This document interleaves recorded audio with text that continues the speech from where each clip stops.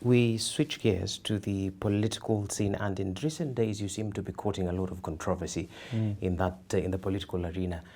2 days ago, you issued a hard-hitting statement against Wiper Party leader Kalonzo Musyoka. Now you're talking. What triggered your reaction? It's because we've just become fed up. You see, we are a region that has been beset with poverty over the years. A region whereby every election people pretend that they want to run for president so they can wager, so they can sell the community and make personal money. When opportunities arise for people to gain office with so many professionals, they pick their sons or their daughters or others. Our people have been mind captured by the likes of Kalonzo Musyoka, and especially Kalonzo Musyoka, who's been pretending. He says only if, pretending. But the guy does not have a DNA of development in his bones, because people elect him, even MP elected him, supported him even as a vice president at the time, because they thought that when you're there, you can do a lot with what you have.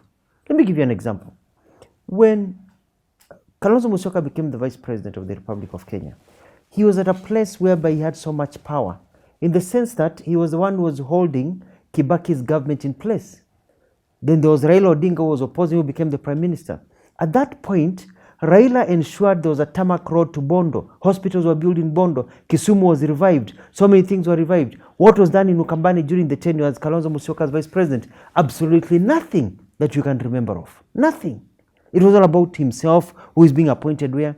Because the guy is a good guy, and I like him, and I respect him. But development is not in his DNA. It comes hard. It's difficult.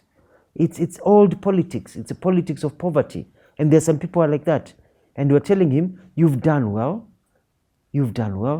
but you've expired. And it is time for new blood, because the youth in our country will not eat stories, will not eat just hope.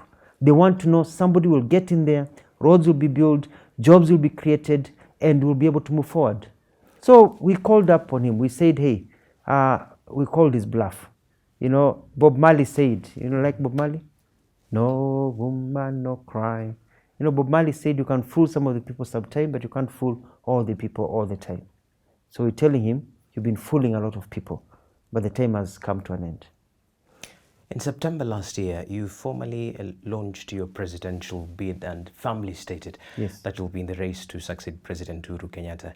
Is this ambition for you to succeed him anchored on the need for you to dislodge Kalonzo Musyoka's popularity or might in the larger Kambani region? No.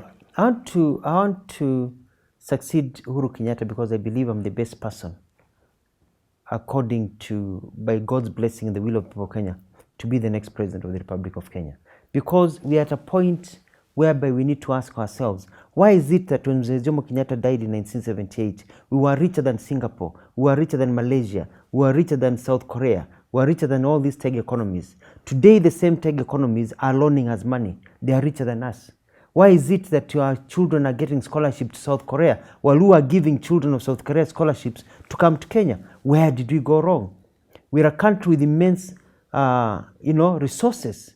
We are actually mineral rich and human capacity rich than France. Why is France giving us money? So it's time we realized that we are our own enemies because of the kind of political decisions we make. And a time has come for us to say, enough with tribalism, enough with all this polarity and everything and just electing people for the sake of it. It is time for people to become selfish. It's time for every Kenyan young man, a Kenyan young woman to ask, what is it in there for me? Who will get in there and build roads? Who will get in there and ensure that the economy flows, that there's no bureaucracy, there's no corruption? Who has shown through a track record that they are able to deliver?